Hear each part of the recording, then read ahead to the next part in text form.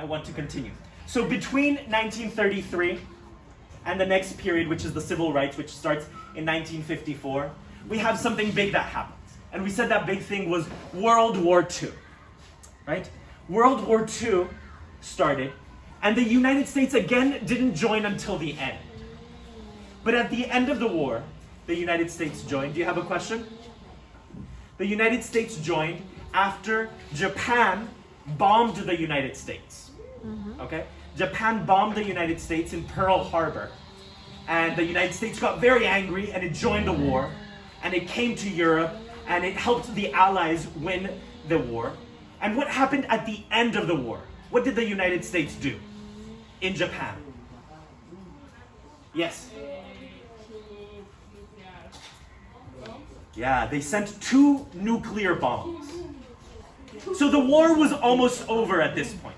The war was already won, basically. It was just, when will Japan surrender, say, I give up? Well, the United States was developing a lot of new technology, of new bombs, new things for war. And they started looking ahead to the future. Last time we had a war, we came out really well. This time, we want to come out even better. So they threw the nuclear bombs on Japan, and that showed the rest of the world that the US had the biggest bombs in the world, the most dangerous. So many people died. So that was sending a message to the rest of the world: don't mess with us. Don't get angry with us because we are the superpower. So the World War II ended.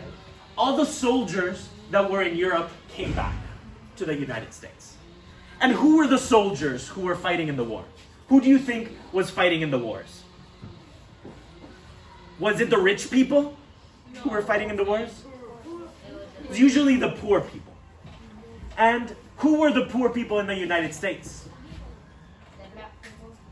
Black people mostly.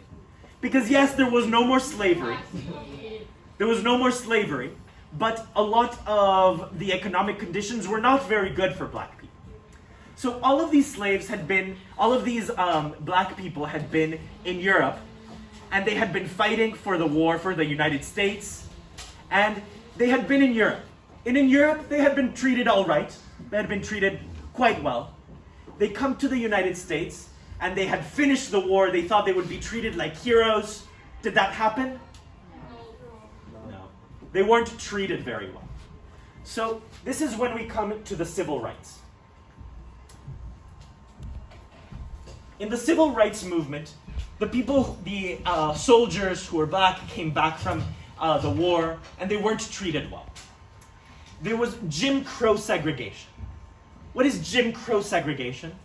Jim Crow segregation were laws that said white people and black people cannot be in the same place.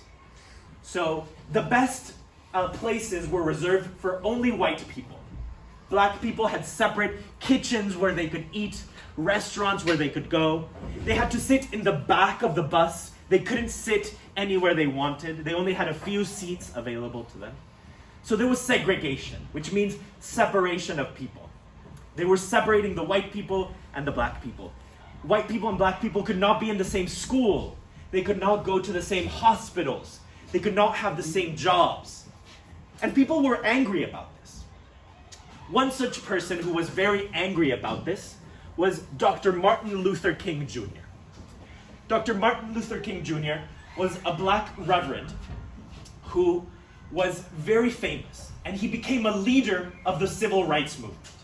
He protested, he marched, he organized boycotts, sit-ins, different forms of protest to get the same rights for black people as for white people.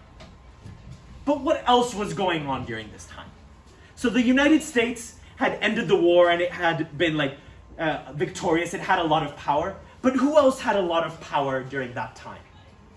After the end of the World War I? Russia, the Soviet Union. So those were the 2 superpowers, the US and the Soviet Union, right? They were fighting a Cold War, which means they weren't directly fighting, but they were fighting in other places, right? So they weren't fighting US versus Russia, but the US was fighting against Vietnam because Vietnam was communist and it was an ally of Russia.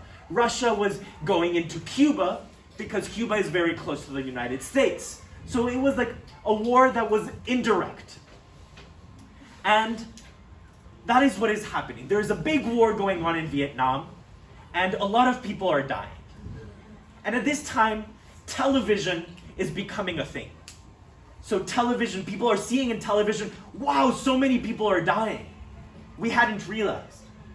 So there was a big peace movement, anti-war movement that was happening all over the world and also in the United States. It started in Paris in 1968 in France, but then it moved to the United States and it became an anti-war effort, a peace effort. And that joined in with the civil rights. Like, yes, we should all have rights. No, we should not be fighting wars. We should all love each other. And that is the birth of the hippie movement as well in the United States. So that is what is happening during the civil rights movement. What happened at the end? Dr. Martin Luther King and the pressure of the black community and the black activists forced the US government to sign the Civil Rights Act, which meant that black people and white people had the same rights. Finally, they had the same rights, okay? And what happened a few years later? Dr. Martin Luther King was assassinated. He was killed.